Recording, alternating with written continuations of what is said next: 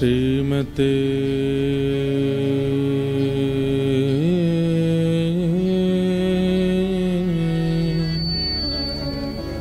रामानुजाय नमः। ध्येयं सदा परिभवग्नमविष्टदोहम् तीर्थास्पदं शिवविरञ्चनुतं शरण्यम् भृत्यार्थिहं प्रणतपालभवाब्धिपोतं वन्दे महापुरुषते चरणारविन्दम्।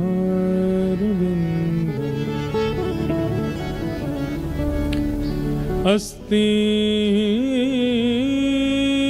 स्वस्तरुणीकराग्रविगलत् कल्पप्रसूनाप्लुतं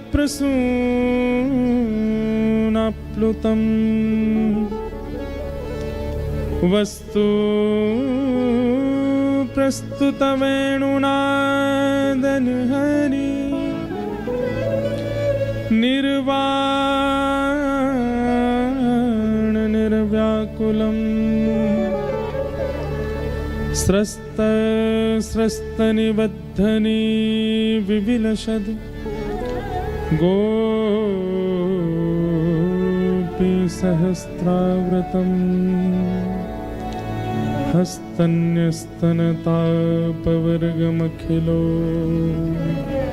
दारं किशोराकृति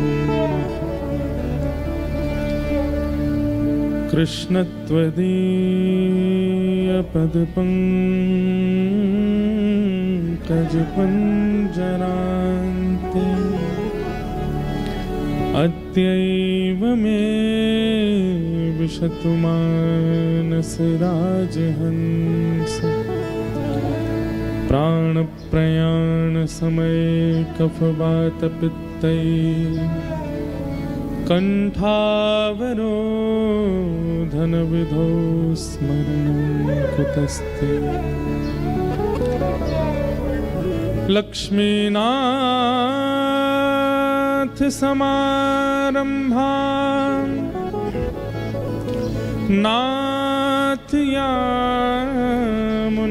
नाथयामुनमध्यमाम् अस्मदाचार्यपर्यन्तां वन्दे गुरुपरम्परा। जय जय श्री राधारमण, जय जय नवलकिशोर, जय गोपी चितचोर प्रभु, जय जय माखन चोर। अवधूत चिंतन श्री गुरुदेव दत्त। नमः पार्वती पतये हर हर महादेव।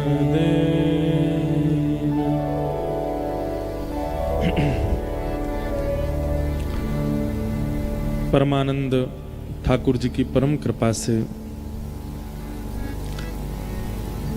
श्री दत्त धाम नासिक में माँ गोदावरी जी के तट पर त्र्यंबकेश्वर भगवान की छत्र छाया में हमारे परम वंदनीय परम पूजनीय प्रातस्मरणीय जिनकी कृपा दृष्टि से दास को बहुत कुछ अपने भक्ति मार्ग में प्राप्त होता है, ऐसे हमारे पूज्य श्री दत्तदास जी महाराज को बारंबार प्रणाम। मंच पर विराजमान हमारे चारों आचार्य चारों गुरुजनों को बारंबार वंदन एवं दत्त धाम के समस्त परिकर को मेरा दिगंबरा। दिगंबरा। अब जो जानते होंगे वो तो बोलेंगे दिगंबरा। एक साल पूर्ण महाराज जी, आज ही कथा विश्राम हुई थी पिछले वर्ष, संभवतः 9 या 10 तारीख को, हाँ 10 तारीख को, कल विश्राम हुई थी। और एक वर्ष के पूर्ति महोत्सव में ये 7 दिवस का वृंदावन रसोत्सव हो रहा है। मास पर्यंत दत्त धाम में श्रीमद् भागवत जी की सेवा करने का अवसर प्राप्त हुआ था। वो क्रम तो अधूरा, अभी वो अलग है, उस क्रम में इसको मत जोड़िएगा। वो तो प्रहलाद चरित्र तक हुआ, तो उससे आगे की कथा करनी हम अलग से आएंगे। परंतु मास पर्यंत की उस कथा का ये आज 1 वर्ष पूर्ण हो रहा है, तो उसी उपलक्ष्य में ये सप्ताह वृंदावन रसोत्सव हो रहा है। 7 दिन का वृंदावन रस चर्चा, बरसाने की चर्चा, नंदगांव की चर्चा, गोकुल की चर्चा, गोवर्धन की चर्चा, सब ब्रजमंडल की चर्चाओं से युक्त ये उत्सव मना रहे हैं। आज पावन तिथि एकादशी है और आज हमारे श्री वृंदावन के प्यारे राधा वल्लभ लाल जी को जिन्होंने प्रकट किया, ऐसे श्री हितरवंश महाप्रभु का प्राकट्य दिवस है। श्री राधा वल्लभ लाल जी महाराज जी महादेव के ठाकुर जी हैं। स्वयं देवादिदेव महादेव के घर के ठाकुर जी हैं। जैसे घर की सेवा होती है, सबकी अपने इष्ट की सेवा तो मंदिर में है, लेकिन घर की सेवा सबकी अपनी अलग होती है। तो ऐसे महादेव की अपने घर की सेवा श्री राधा वल्लभ लाल जी, और उनको वृंदावन में सुव्यवस्थित किया हमारे श्री हितरवंश महाप्रभु ने। आज उनका प्राकट्य दिवस है, क्योंकि हम त्र्यंबकेश्वर भगवान की भूमि में आए हैं और दत्त भगवान नारायण शिव दोनों का ही मिलित स्वरूप हैं। इसलिए महादेव के ठाकुर जी को जिन्होंने प्रकट किया, ऐसे हितरवंश महाप्रभु का भी चरित्र आज सुनेंगे और राधा वल्लभ लाल जी को प्रणाम करते हुए आज की कथा में प्रवेश करें। जय जय राधा वल्लभ हित हरिवंश, जय जय राधा हित हरिवंश, जय जय राधा वल्लभ हित हरिवंश। सब लोग गाओ।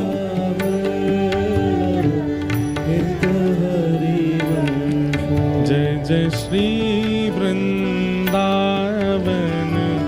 श्री बनचंद, जय जय श्री वृंदावन श्री बनचंद, जय जय श्री वृंदावन श्री बनचंद, जय जय श्री वृंदावन श्री बनचंद, जय जय राधा वल्लभ प्यारो हरिवंश, जय जय राधा वल्लभ प्यारो हरिवंश, जय जय राधा वल्लभ प्यारो हरिवंश, जय जय राधा वल्लभ प्यारो हरिवंश, जय जय श्री वृंदावन श्री बनचंद, जय जय श्री वृंदावन श्री बनचंद, ओ जय जय श्री वृंदावन श्री बनचंद, जय जय श्री वृंदावन श्री बनचंद, ओ जय जय राधा वल्लभ प्यारो हरिवंश, जय राधा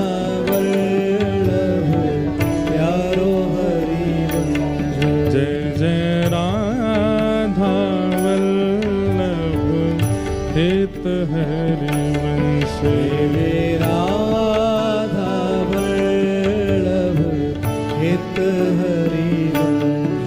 जय जय राधा वल्लभ हित हरिवंश। जय जय राधा वल्लभ हित हरिवंश। जय जय राधा वल्लभ हित हरिवंश। जय जय राधा वल्लभ हित हरिवंश। जय जय श्री वृंदावन श्री बनचंद। जय जय श्री वृंदावन श्री बनचंद। जय जय श्री वृंदावन श्री बनचंद। जय जय जय श्री वृंदावन श्री बनचंद। ओ जय जय राधा वल्लभ प्यारो हरिवंश। ओ जय जय राधा वल्लभ प्यारो हरिवंश। जय जय राधा वल्लभ हित हरिवंश। जय जय राधा वल्लभ हित हरिवंश। जय जय श्री वृंदावन श्री बनचंद। जय जय श्री वृंदावन श्री बनचंद। हाँ जय जय श्री वृंदावन श्री बनचंद। जय जय श्री वृंदावन करताल बजा के गाओ भाव से। श्री बनचंद। ओ जय जय राधा वल्लभ हित हरिवंश। जय जय राधा वल्लभ हित हरिवंश। जय जय राधा वल्लभ हित हरिवंश। जय जय राधा वल्लभ हित हरिवंश। जय जय श्री वृंदावन श्री बनचंद। जय जय श्री वृंदावन श्री बनचंद। जय जय राधा वल्लभ प्यारो हरिवंश। जय जय राधा वल्लभ प्यारो हरिवंश। जय जय राधा वल्लभ मेरो हरिवंश। जय जय राधा वल्लभ मेरो हरिवंश। जय जय श्री वृंदावन श्री बनचंद। जय जय श्री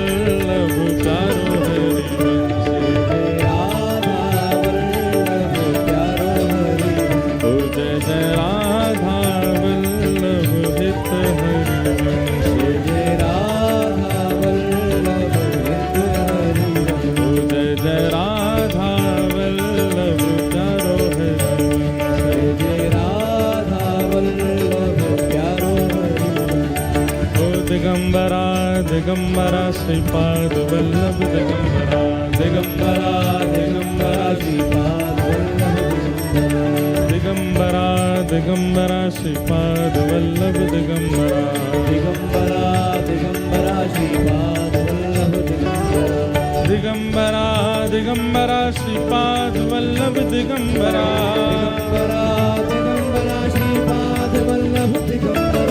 दिगंबरा दिगंबरा श्रीपाद वल्लभ दिगंबरा दिगंबरा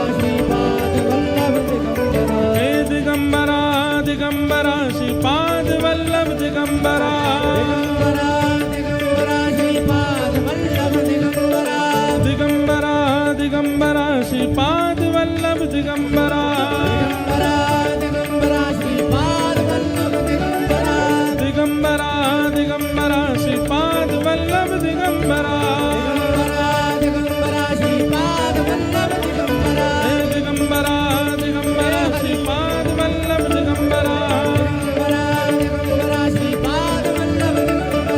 दिगंबरा दिगंबरा श्रीपाद वल्लभ दिगंबरा दिगंबरा श्रीपाद वल्लभ दिगंबरा दिगंबरा दिगंबरा श्रीपाद वल्लभ दिगंबरा दिगंबरा श्रीपाद वल्लभ दिगंबरा दिगंबरा दिगंबरा श्रीपाद वल्लभ दिगंबरा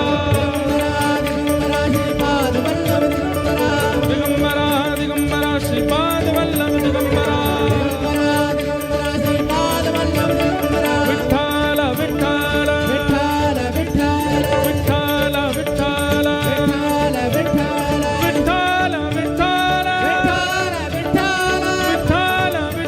विठ्ठल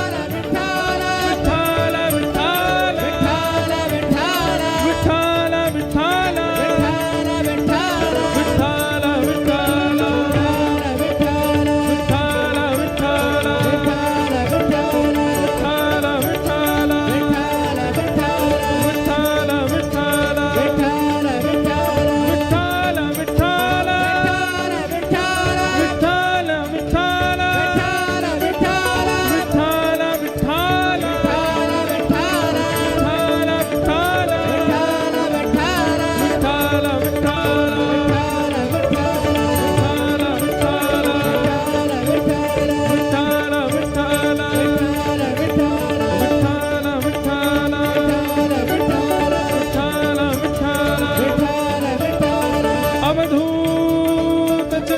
श्री गुरुदेव दत्त पुंडलीकवरदा हरि विठ्ठल श्री ज्ञानदेव तुकाराम श्री पंढरीनाथ भगवान की जय जय श्री राम जय जय श्री राम जय जय श्री राम।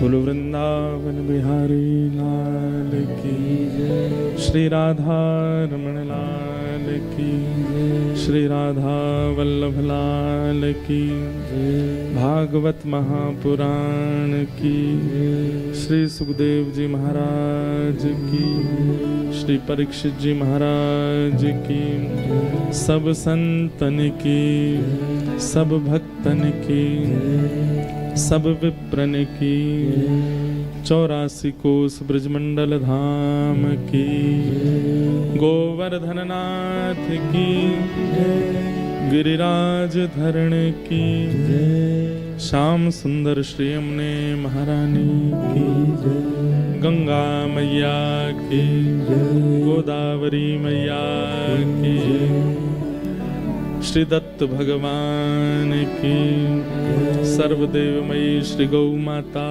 की, भारत माता की, श्री पंढरीनाथ भगवान की, रुक्मणी मैया की, जय जय श्री राधे, जय जय श्री राधे, जय जय श्री राधे।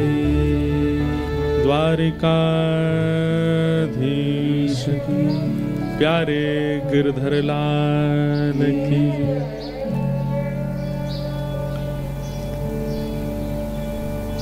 परम मंगलमय परात प्रकलेश्वर अकारण करुणा वरुणालय भक्तवांछा कल्पतरु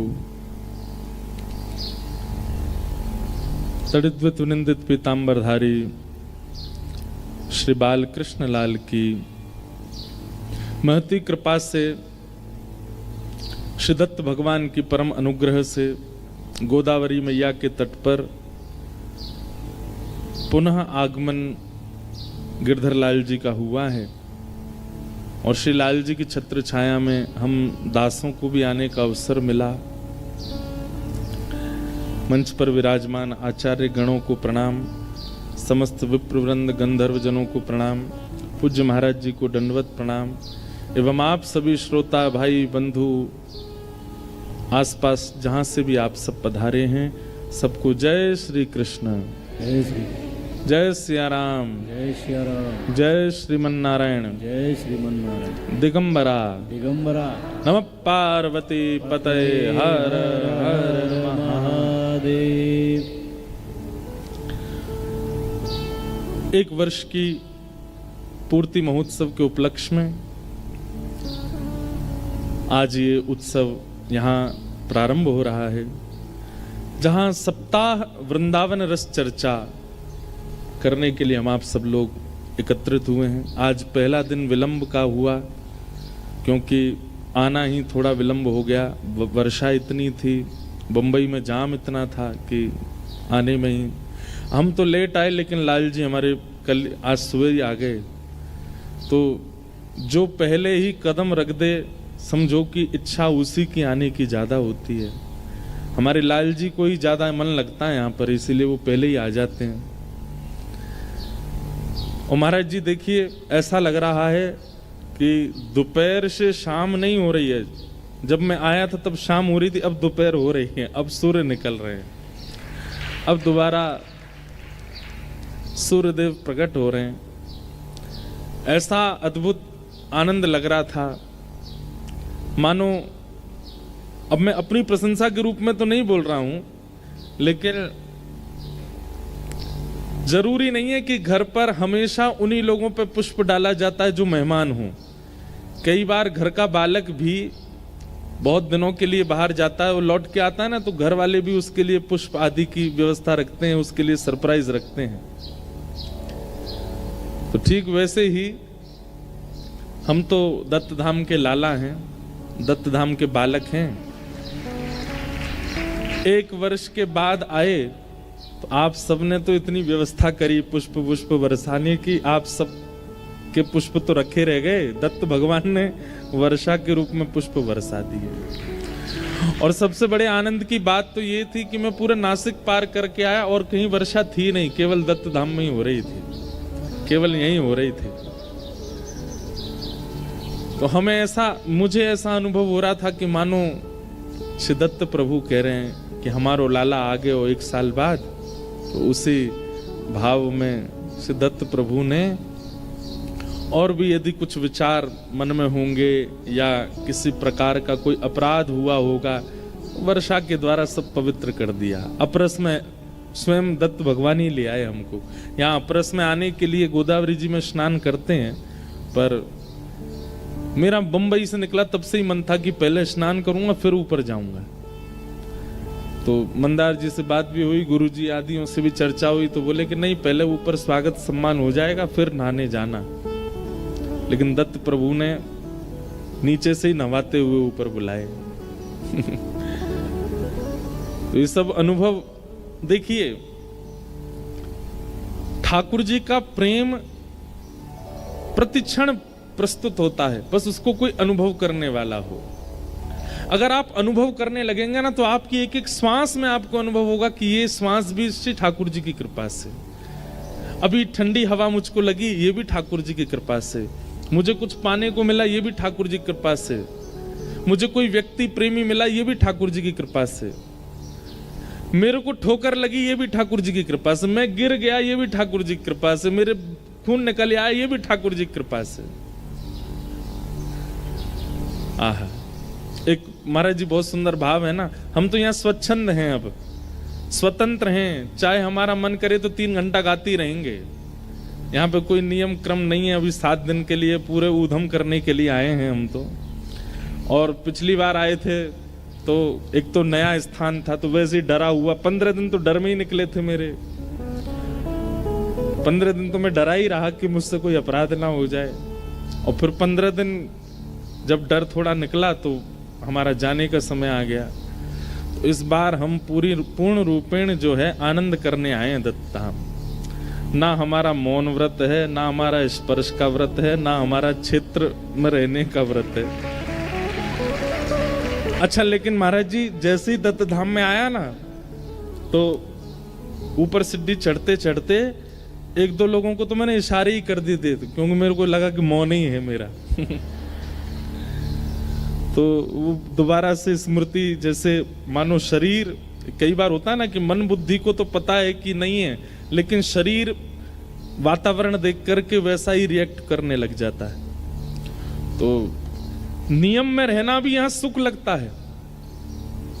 बंधु, एक बात बहुत अद्भुत मन में आई है, मैं कह दूं कि जहां व्रत जबरदस्ती निभाना पड़े वो संसार, और जहां व्रत करने में भी आनंद आवे वही वैकुंठ है। जहां व्रत करने में भी उत्साह आनंद की अनुभूति हो, यहां व्रत करने में, यहां नियम करने में कष्ट नहीं लगता।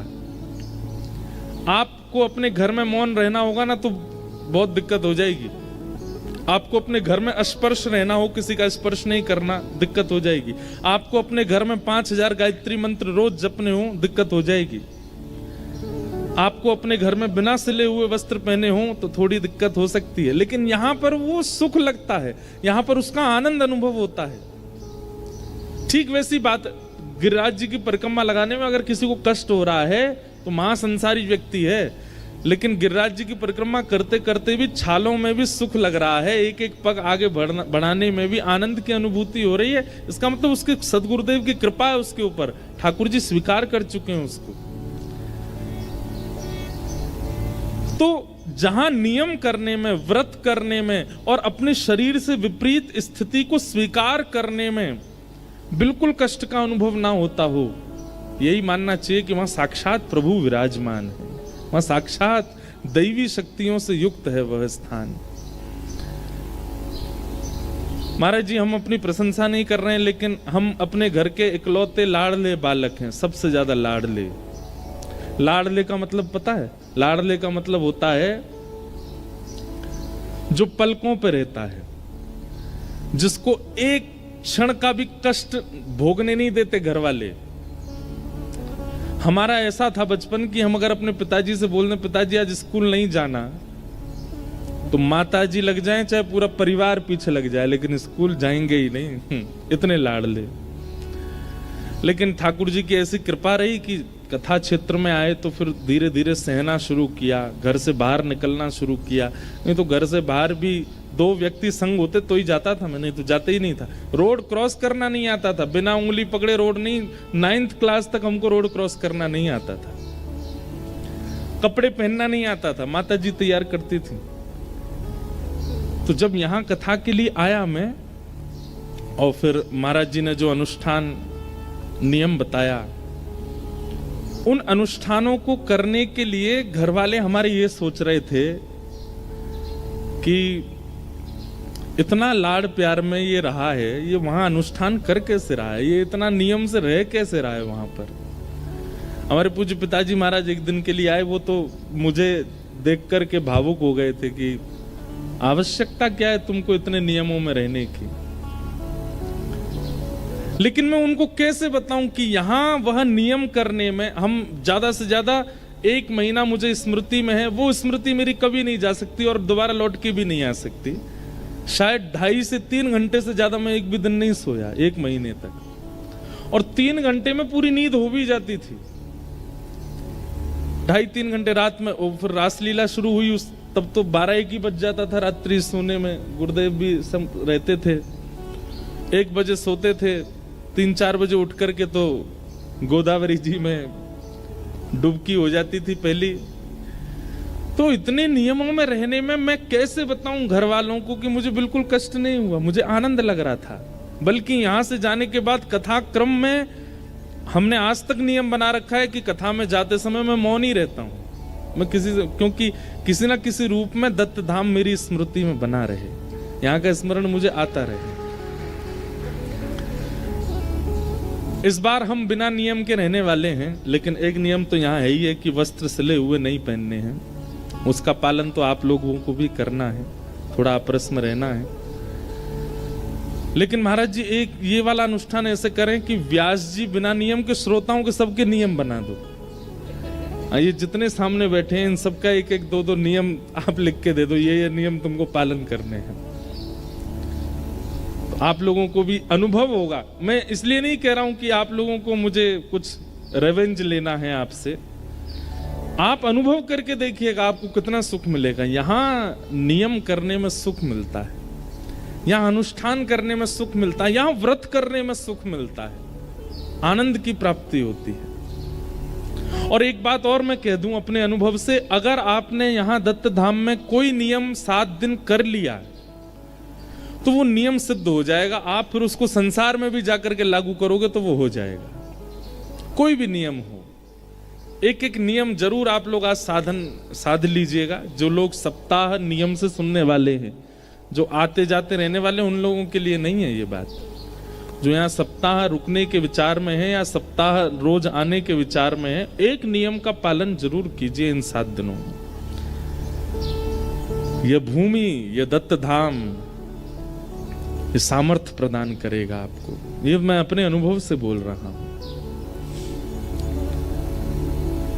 तो वो स्थान जहां नियम करना, व्रत करना सुख लगता है, जहां अपने देह की विपरीत स्थिति में रहना कष्टदायी नहीं लगता है, समझो वहां निश्चित ही देव निवास है, वहां देवता का वास है। साक्षात श्री दत्त भगवान यदि अभी कहीं विराज रहे हैं तो वो दत्त धाम नासिक में विराज रहे हैं, साक्षात श्री दत्त प्रभु। तो इस बार ये वार्षिक उत्सव का महोत्सव मना रहे हैं। वार्षिक उत्सव मास कथा के 1 वर्ष पूर्ति का महोत्सव है। आज कथा थोड़ी विलंब से हुई है, कल से कथा का समय 3 बजे से है। आप लोग सब समय से आ जाइएगा और फिर लगभग 6 साढ़े 6 बजे तक हम लोग चर्चा किया करेंगे और फिर गोदावरी जी स्नान करके अपने अपने नियमों में रहेंगे।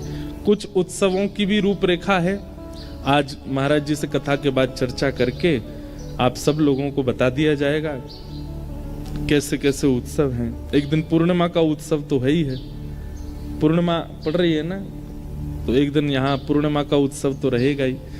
हमने महाराज जी से एक दिन पूछवाया कि महाराज जी कथा का समय क्या रखें तो महाराज जी की आज्ञा हुई, किसी दिन 3 बजे से सुनेंगे, किसी दिन 6 बजे से सुनेंगे, किसी दिन रात्रि 9 बजे से सुनेंगे, किसी दिन रात में 11 बजे। मैंने कि ऐसा क्यों? बोले जैसे मन में मौज आएगी, जैसे आनंद लगेगा उत्सव का, वैसे वैसे कथा का श्रवण करेंगे। तो वो भी हो सकता है कि कथा का समय भी ऊपर नीचे होता रहे, तो वो भी जैसे कल की कथा का अगर समय कुछ, वैसे तो कल तो यही है 3 बजे से, परसों की कथा का कुछ परिवर्तन होगा तो कथा में बता दिया जाए। उत्सव यहाँ लाल जी के 2-3 होंगे। अभी तो गोदावरी जी में भी जल इतनी संख्या में आ गया। अब पिछले वर्ष जो लोग यहाँ थे मास कथा में और उन्होंने अगर ठाकुर जी की नौका विहार का दर्शन किया होगा तो शायद वे भूल नहीं पाएंगे उसको। ऐसी अद्भुत नौका विहार हुई थी ठाकुर जी की, हमारी तो आज तक महाराज जी चित्त में रहता है। चारों तरफ घाट पर मसाल लगी हुई थी, इतना सुंदर हमारी सब दत्त धाम की माताओं ने पूरे घाट को सुंदर सजाया, उस पर गोबर का लीप लगा के सुंदर पुष्पों से सजावट करके, और हंस आकार की नौका भी मिल गई थी और वो नौका लेकर के सब लोग जो आनंद कर रहे थे। पता नहीं इस बार तो गंगा जी खूब तेज हैं, नौका लेके कहीं उतरे तो सीधे पंचवटी पहुंचेंगे तो अभी तो गंगा जी में, गोदावरी जी में जल भी खूब है, हम तो आके स्नान कर लिए। ये भी जल का स्तर बड़ा होना भी एक प्रकार का शुभ संकेत है कि गोदावरी जी भी आनंद में, ओहो गिरधर लाल आए हैं, जल्दी लेकर के आओ, उत्सव कराओ, आनंद कराओ। और भैया योजना तो यहाँ पे आके सबकी फेल होती है, केवल महाराज जी की चलती है। महाराज जी ही योजना बना सकते हैं। हम तो सोच रहे हैं कैसे होगी नौका विहार, लेकिन महाराज जी कोई ना कोई योजना बना देंगे और वैसे हो भी जाएगा। तो ऐसा भाव है, खूब आनंद करेंगे 7 दिन तक। आप सब लोग खूब आनंद से जरूर पधारिए। देखो इतनी संख्या में पहले दिन आप लोग आए हो, कल से और संख्या बढ़ेगी, सब लोग आएंगे। खूब आनंद से कथा श्रवण कीजिएगा। वृंदावन महिमा रस चर्चा हम करेंगे। वैसे मन में भाव ऐसा है कि श्री किशोरी जी का चरित्र कल से सुनाएंगे हम। श्री हमारी लाडली जी, महाराज जी ने एक बार मुझसे निवेदन किया था, मुझे याद है, रास बिहार चल रहा था ठाकुर जी का, और महाराज जी के बगल में बैठा था। महाराज जी ने लिख करके दिया कि श्री राधा चरित्र हमको सुनना है। हमें भी आज तक पूर्ण रूपेण कहने का अवसर तो नहीं मिला, लेकिन इतना सुंदर स्थान, इतना सुंदर वातावरण और ऐसी पावन तिथि एकादशी से कथा का प्रारंभ, जब हितरिवंश महाप्रभु का आज जन्मोत्सव है, प्राकट्य दिवस है, तो फिर मन में भाव है कि कल श्री किशोरी जी का प्राकट्य सुनाएंगे कथा में, और जितना हो सकेगा श्री किशोरी जी के चरित्र पर ही चर्चा करेंगे। याद रखिएगा, ये चरित्र सबको समझ आवे ये आवश्यक नहीं, क्योंकि ज्ञान बाहर खड़ा है हाथ जोड़ करके, और वैराग्य भी बाहर खड़ा है हाथ जोड़ करके। भक्ति महारानी भी आई हैं केवल प्रेम की साड़ी पहन करके। इसलिए ज्ञान और वैराग्य ये दोनों हाथ जोड़ करके केवल श्रवण करते हैं जब किशोरी जी का चरित्र आता है तो। अरे स्वयं ठाकुर जी सुनते हैं। तो आज तो महाप्रभु जी का चरित्र कह देते हैं थोड़ी देर, और फिर कल से श्री किशोरी जी का चरित्र सुनाएंगे, श्री लाडली जी के बारे में, हमारी वृंदावन, हमारी बरसाने वाली श्री राधा रानी के भाव सुनाएंगे, और प्राकट्य से लेकर के और आगे जहां तक लीलाओं की चर्चा हो पाएगी करने का प्रयास करेंगे। आप सब लोग भाव से आइएगा। बोलो वृंदावन बिहारी लाल की। हित हरिवंश महाप्रभु महाराज जी, हमारे वृंदावन में सब आचार्यों को प्रणम्य माना गया। श्री गोपाल भट्ट गोस्वामी, श्री रूप सनातन गोस्वामी, श्री मधु पंडित गोस्वामी, श्री हरिराम व्यास जी, स्वामी श्री हरदास जी महाराज और श्री हित हरिवंश महाप्रभु, सब आचार्य अपने आप में प्रणम्य हैं, और सब किसी ना किसी सहचरी, कोई ना कोई ठाकुर जी की निज लीला की सहचरी ही आचार्य रूप में प्रकट हुई है, हम आप सब लोगों को प्रेम रस में पहुंचाने के लिए। भगवान की वंशी, ठाकुर जी की वंशी वेणु, वो वंशी ही श्री हितरवंश महाप्रभु के रूप में आज ही के दिन वृंदावन के उजागर के लिए प्रकट हुए। एक बात याद रखिएगा, भगवत सामिप्य कराने वाले कोई भी हो संसार में, जिनकी वाणी सुन करके, जिनका दर्शन करके, जिनके आचरण को देख करके आप ठाकुर जी के समीप पहुंचते हो, ऐसे लोग जन्म नहीं लेते, ठाकुर जी के द्वारा भेजे जाते हैं। हमारे भारत के ऐसे ऐसे महापुरुष हैं, इनका प्राकट्य, इनका जन्म नहीं हुआ है, ठाकुर जी ने इनको भेजा है। इसलिए सबकी वाणी में इतनी योग्यता नहीं होती कि उनकी वाणी सुनकर के ठाकुर जी प्रिय लगने लग जाएं। क्षमा कीजिएगा, कथाएं बहुत लोग करते हैं और भगवत चर्चा भी बहुत लोग सुनाते हैं।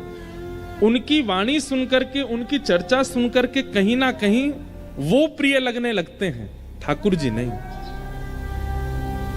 चर्चा वह श्रेष्ठ मानो जिससे ठाकुर जी प्रिय लगे, और ऐसों को ठाकुर जी भेजते हैं। तो हमारे वृंदावन के जितने आचार्य हैं, जिन्होंने वृंदावन में ठाकुर को विराजमान किया, जिनकी वाणी से, जिनकी चर्चा से ठाकुर जी प्रिय लगते हैं, उनको ठाकुर जी ने ही भेजा है।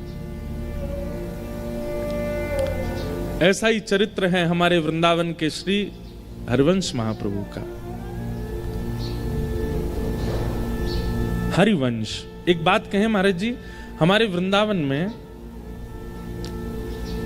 जय श्री कृष्ण और राधे राधे इन शब्दों का प्रयोग कहीं ना कहीं वे लोग करते हैं जो बाहर से आए हैं। बाकी वृंदावनी जो हैं, जो प्रॉपर वृंदावन के निवासी हैं, या फिर जो वृंदावन के रस में उन्मुक्त हो चुके हैं, वो राधे राधे कम बोलते हैं। ऐसा नहीं है बोलते नहीं है, जय श्री कृष्ण कम बोलते हैं। वे ज्यादातर अपने आचार्यों का नाम लेकर के जय जयकार करें। जैसे आप कभी हरिदासियों से मिलेंगे तो वे कहेंगे श्री हरिदास, कुंज बिहारी श्री हरिदास। ऐसे ही आप हरिवंशियों से मिलेंगे तो वे राधे राधे नहीं बोलेंगे, श्री हरिवंश श्री हरिवंश। ऐसे ही आप गौड़ियाओं से मिलेंगे तो हरि बोल, सब हरि बोल बोलेंगे। राधे राधे और जय श्री कृष्ण तो अधिकतर बाहर के लोग जो आते हैं ना वही बोलते हैं, और उनसे मिलने का इतना सौभाग्य मिलता है वृंदावन वालों को, इसलिए वृंदावन वाले भी बोलते हैं। लेकिन मूल रूप से तो आचार्यों का नाम बोलते हैं,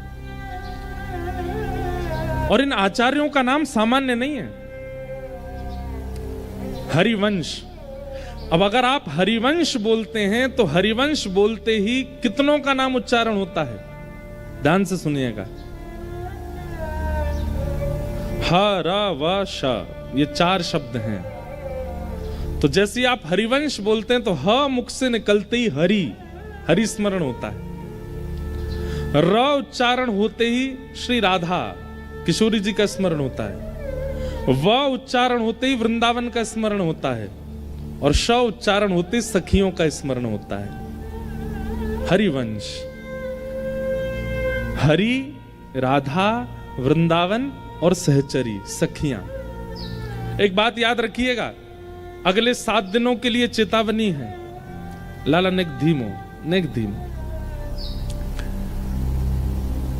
सखियों की, और सखियां, गोपियां, मंजरियां,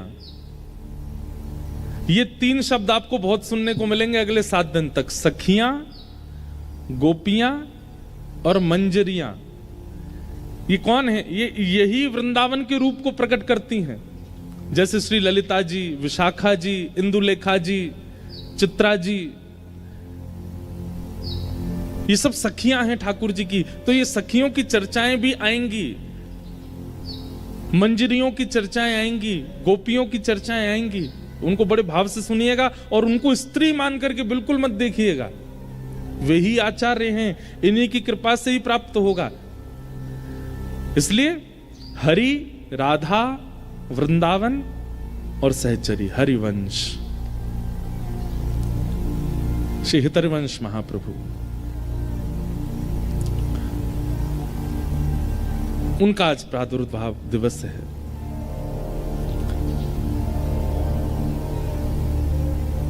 आपके पिता का नाम श्री व्यास मिश्र जी और माता जी का नाम तारा माता। व्यास मिश्र जी वृंदावन से जब आप हरिद्वार की ओर जाएंगे तो बीच में एक स्थान पड़ता है देवबन, मतलब ब्रज में नहीं है, ब्रज से थोड़ा दूर है, देवबन। वहां व्यास मिश्र जी रहते थे। अभी आजकल उसका नाम देवबंद हो गया है और विधर्मियों का बहुत बड़ा अड्डा बन चुका है वहां पर, इसलिए वहां का नाम अब परिवर्तित देवबंद कर दिया। लेकिन उसका नाम देवबंद नहीं है, देववन। वहां श्री व्यास मिश्र जी रहते थे और आप ज्योतिष शास्त्र के बहुत अच्छे विद्वान थे व्यास मिश्र जी। भगवान की वंशी कलयुग में कैसे पधारी चर्चा सुना रहे हैं, ध्यान पूर्वक सुनिएगा। और श्री वृंदावन में राधा वल्लभ लाल जी कैसे विराजे। आतुर हित हरिवंश पुकारो, राधा राधा नाम, सघन कुंज यमुना तट आयो, मदन टेर वृंदावन वृंदावन आयो प्यारो राधा वल्लभ लाल। वृंदावन प्यारो वृंदावन, श्री वृंदावन प्यारो वृंदावन, हे श्री वृंदावन प्यारो वृंदावन, श्री वृंदावन प्यारो वृंदावन। तो व्यास मिश्र जी ज्योतिष शास्त्र के बड़े अच्छे विद्वान थे। और एक बार एक राजा, उसने आपको बुलाया किसी कार्य से, तो आपने जाकर के उसका ऐसा भविष्य कथन किया। आपने कहा कि इस युद्ध में आप जाएंगे तो आपको विजय मिलेगी, वहां मत जाइएगा, वहां नहीं तो आपकी पराजय हो जाएगी। ऐसे लोगों को से आपको संबंध रखना है, ऐसे से नहीं रखना। ज्योतिष शास्त्र के अच्छे विद्वान थे, सब बता दिया उन्होंने। और उस राजा ने वैसा वैसा किया तो उसको लाभ हुआ। तो उसने व्यास मिश्र जी को अपना गुरु रूप में स्वीकार कर लिया।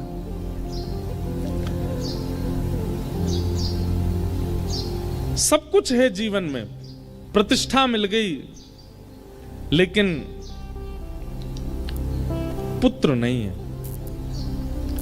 और कई बार माता पिता सर्वगुण संपन्न होते हैं, लेकिन माता पिता का सर्व सुख केवल और केवल संतान है। पहले तो इच्छा होती है ब्याह हो जाए, और ब्याह होने के बाद में बस एक ही इच्छा रह जाती है दोनों माता पिता की कि एक श्रेष्ठ संतान की प्राप्ति हो जाए। व्यास मिश्र जी और तारा माता दोनों कहीं ना कहीं थोड़े से विचलित रहते थे कि कोई संतान नहीं है। तो करें क्या? तो कई बार अभावग्रस्त जीवन जब होता है तो हर व्यक्ति से कोई ना कोई उम्मीद लगने लगती है। बहुत ध्यान से सुनिएगा। जब जीवन में अभाव का अनुभव होता है ना, तो फिर हर किसी से उम्मीद होती है कि हमारे अभाव की पूर्ति ये कर दें। और उसमें भी अगर कोई वैष्णव दिख जाए, कोई संत दिख जाए, कोई महापुरुष दिख जाए, तो उनसे तो उम्मीद लाख गुना ज्यादा हो जाती है।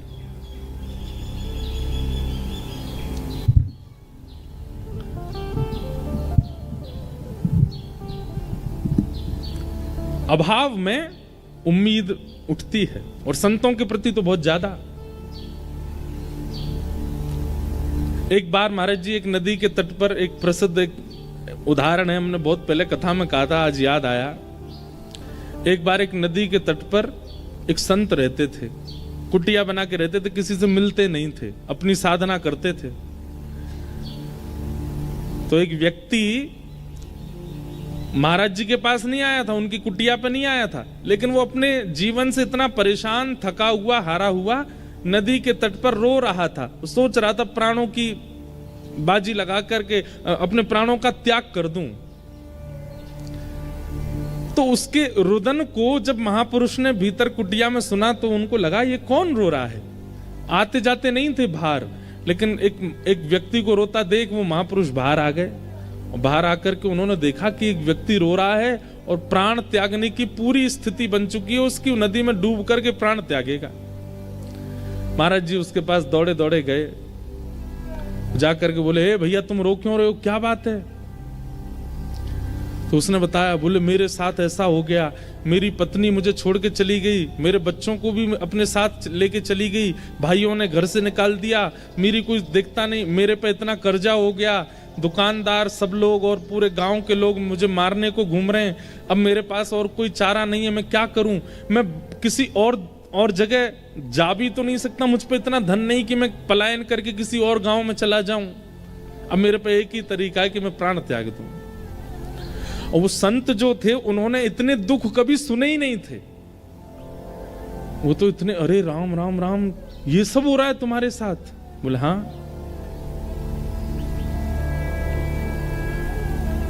एक बात तो होती है कि जब सन्यास ग्रहण कर लेते हैं ना संत महापुरुष, उनको गृहस्थियों के दुख तो पता नहीं होते, और गृहस्थी इतने चतुर अपने दुख जा जा के बताते हैं उनको, हमारे साथ ऐसा चल रहा है, हमारे घर में ऐसा चल रहा है, हमारे जीवन में ऐसा चल रहा है। और बेचारे संत क्या करें, उन्होंने तो दुख देखा नहीं, तो वो कहते हैं सब ठीक हो जाएगा, हे ठाकुर जी इस पर कृपा करो, हे त्र्यंबकेश्वर भगवान इस पर ये लो पुष्प ले जाओ, तुम घर में ये करो। वो बेचारे कुछ ना कुछ आशीर्वाद देते हैं। रोता हुआ देखा उसको व्यक्ति को, तो महाराज जी बोले भाई तुम बिल्कुल चिंता मत करो, तुम्हारा रोना मुझसे देखा नहीं जा रहा, तुम इतने कष्ट में हो, इतनी पीड़ा में हो, मुझे लगता है संसार में इतनी पीड़ा और किसी को नहीं होगी जितनी तुमको है। बोले वाले महात्मा बेचारे। तो उन्होंने क्या किया,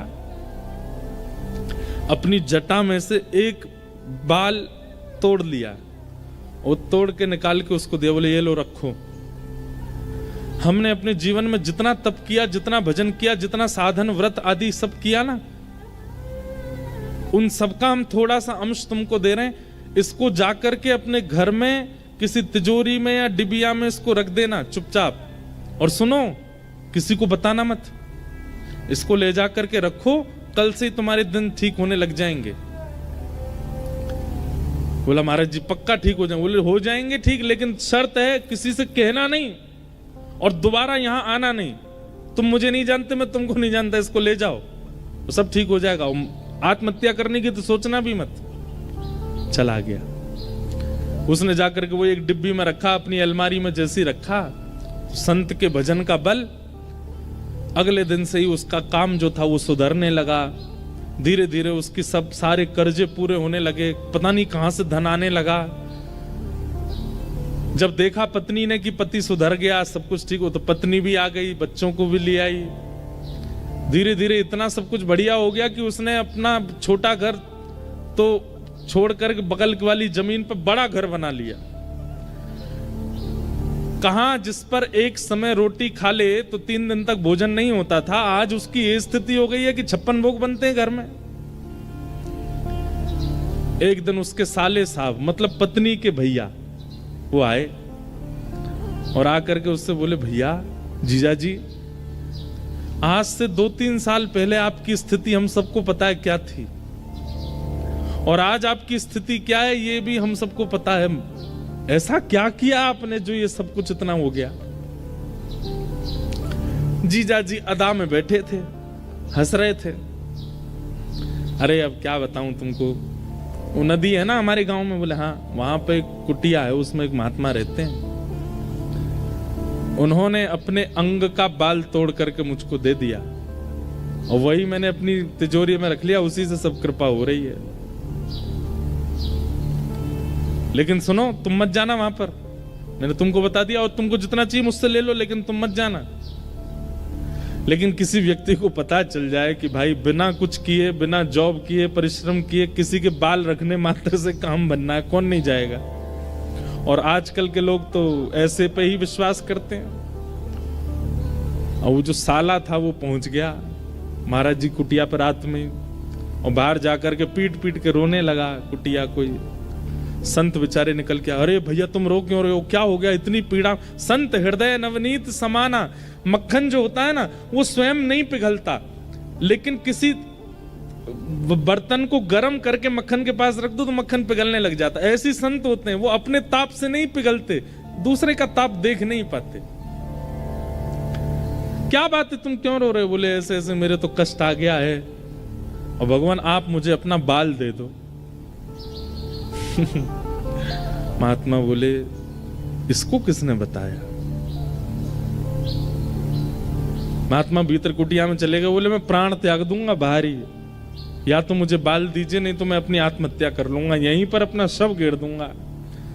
महात्मा बेचारे आए, बोले भैया यार तुम ऐसे मत करो। बोले नहीं, अपना बाल दे दीजिए बस।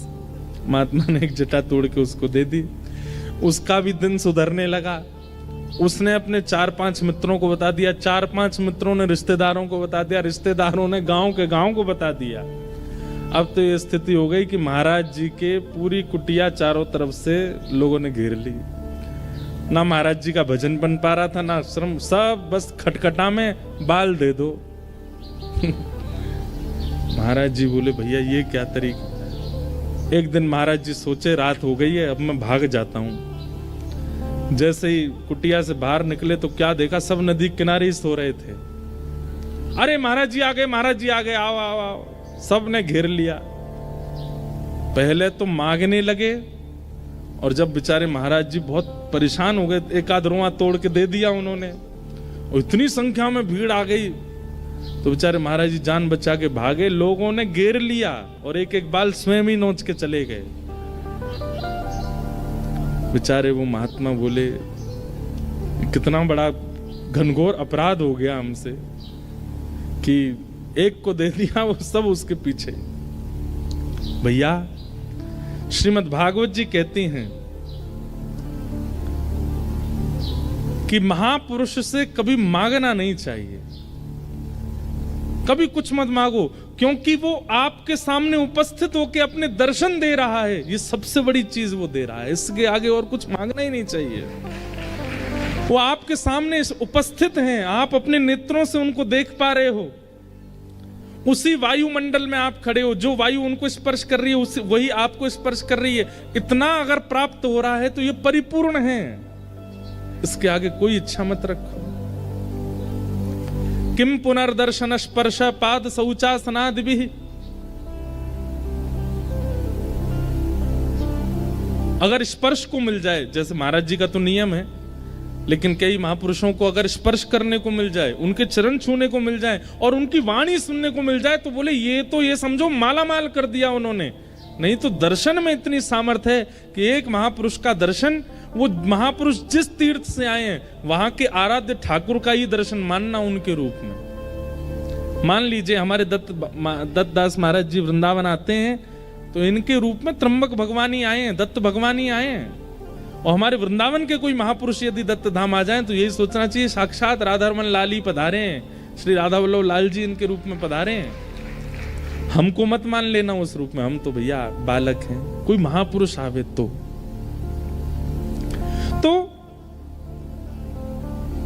जब अभावग्रस्त जीवन होता है ना, तो सबसे उम्मीद होती है कि हमें कुछ मिले। व्यास मिश्र जी ने सब कुछ देखा जीवन में, लेकिन संतान नहीं थी।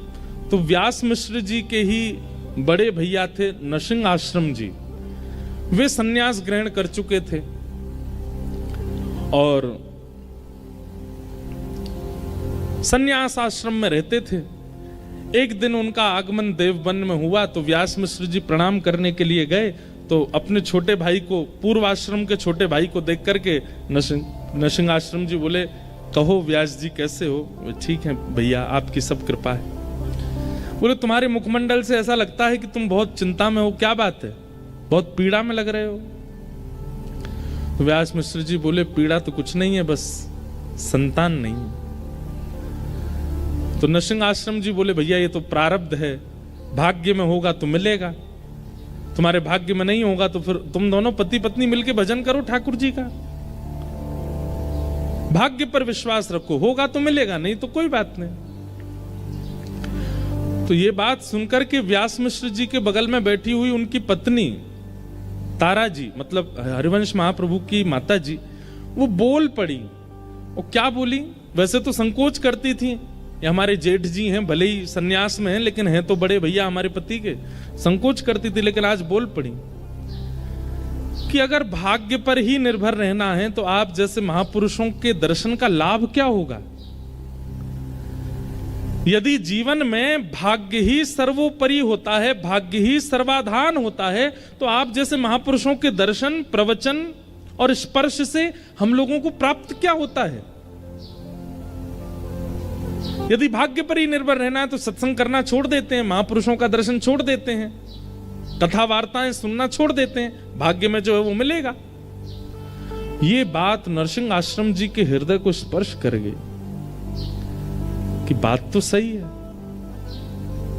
कि अगर भाग्य से ही सब मिलना होगा तो संत दर्शन का प्रभाव क्या है, संत दर्शन का लाभ क्या है?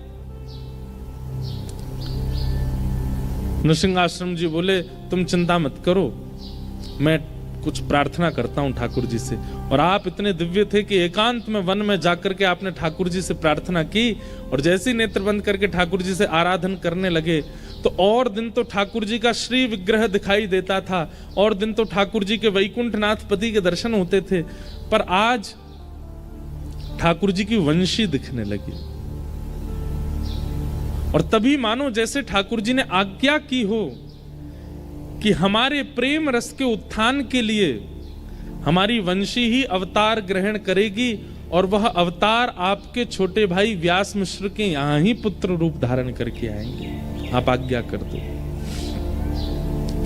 नृसिंह आश्रम जी लौट करके आए और आकर के व्यास मिश्र जी से कहा, आप चिंता मत करो, ठाकुर जी ने मुझे आश्वासन किया है कि आपके घर भगवत भक्ति का प्रचार करने वाले एक बालक का जन्म होगा।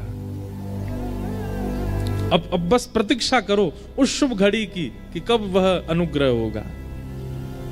और वह घड़ी आई कि तारा मैया के कुक्षी में एक बालक आ गए। अच्छा, अब इसका इतना सुंदर अनुभव बताते हैं व्यास जी के हमारे हरिराम श्री हितरवंश महाप्रभु जी की वाणी में कि तारा मैया अभी तक वृंदावन नहीं गई थी, आज तक उन्होंने वृंदावन नहीं देखा था। लेकिन हरिवंश महाप्रभु जैसे ही गर्भ में आए तो रात्रि को मैया जैसे ही सोती हैं तो जैसे स्वप्न आते हैं ना लोगों को, उनको स्वप्न में यमुना जी का दर्शन होता था, स्वप्न में गिरिराज जी का दर्शन होता था, स्वप्न में लता गुल्म पत्रों का दर्शन होता था, स्वप्न में सघन कुंजों का दर्शन होता था, स्वप्न में कभी वीणा सुनाई देती थी, कभी मुरली सुनाई देती थी, कभी कभी मानो जैसे असंख्य गोपियां नृत्य कर रही हैं, गोपियों का मुख नहीं दिख रहा है, गोपियों के वस्त्र नहीं दिख रहे हैं, पर उनके नूपुरों की आवाज आती थी। कभी कभी रात्रि स्वप्न में अचानक से मोगरे की सुगंधी, गुलाब की सुगंधी, चंदन की सुगंधी आने लगती थी।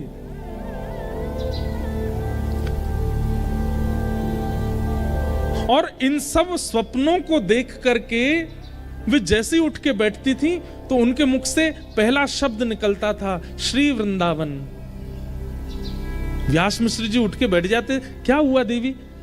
बोले पता नहीं, सघन वन दिखाई देता है, कलकल करती नदी दिखाई देती है, वेणु की ध्वनि सुनाई देती है, चंदन की सुगंधी आती है, नूपुरों की ध्वनि सुनाई देती है। मतलब वृंदावन का जितना रूप है बिना वृंदावन गए उनको अनुभव होने लग जाता था। महाराज जी, वृंदावन अचल नहीं है, सचल है।